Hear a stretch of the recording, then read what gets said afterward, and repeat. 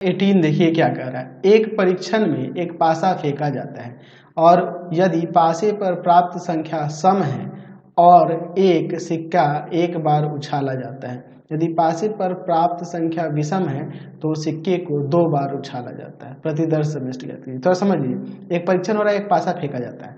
अगर पासे पर संख्या सम प्राप्त होती है तो एक सिक्का एक बार उछाला जाता है, और पासे पर अगर विषम संख्या आती है तो सिक्के को 2 बार उछाला जाता है। तो प्रतिदर्श समिष्ट हमें यहाँ लिखना है। तो यहाँ पे लिखेंगे कि एक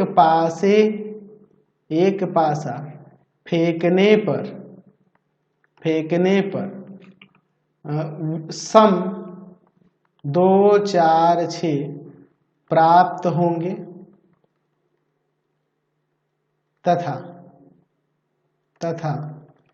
विषम 1, 3, 5 प्राप्त होगा। ये ना होगा विषम प्राप्त। तो आगे क्या कह रहा है यहाँ पर कि अगर सम प्राप्त होता है तो एक सिक्का एक बार उछाला जाता है।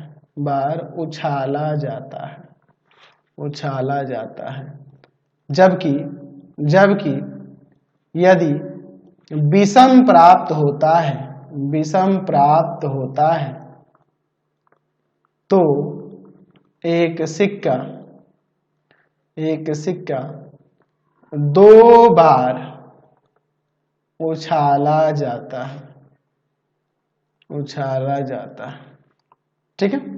तो यहाँ प्रतिदर्श समिष्ट क्या होगा, देखिए यहाँ पे समझिए। अगर मान लो हम सिक्के पासे को फेंकते हैं और पासे पर फेंकने पर हमें मान लो प्राप्त होता है 1, तो 1 प्राप्त होगा, यानी विषम प्राप्त हुआ तो एक सिक्के को 2 बार फेंका जाता है। हो सकता है हेड आ जाए, है ना जी। और फिर यह हो सकता है एक में हेड दूसरे में टेल, फिर एक आप जो सिक्के पासे पाया है उसको लिख रहे हैं, फिर हो सकता है टेल हेड हो जाए, या फिर आपका दोनों बार टेल आ जाए। अच्छा, अगर 2 बार आ जाता है, पासे को फेंकने पे 2 आता है, तो सम आने पे एक ही बार सिक्का उछल जाएगा, तो हेड आएगा या फिर टेल आएगा। ठीक है। अच्छा, 3 आने पर तो वही फिर रिपीट हो जाएगा, 2 बार फेंका जाएगा, सिक्के को उछाला जाएगा, तो हेड टेल,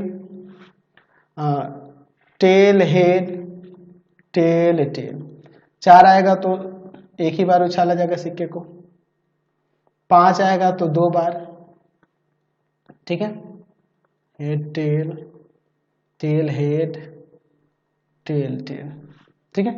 6 आ जाएगा तो एक ही बार।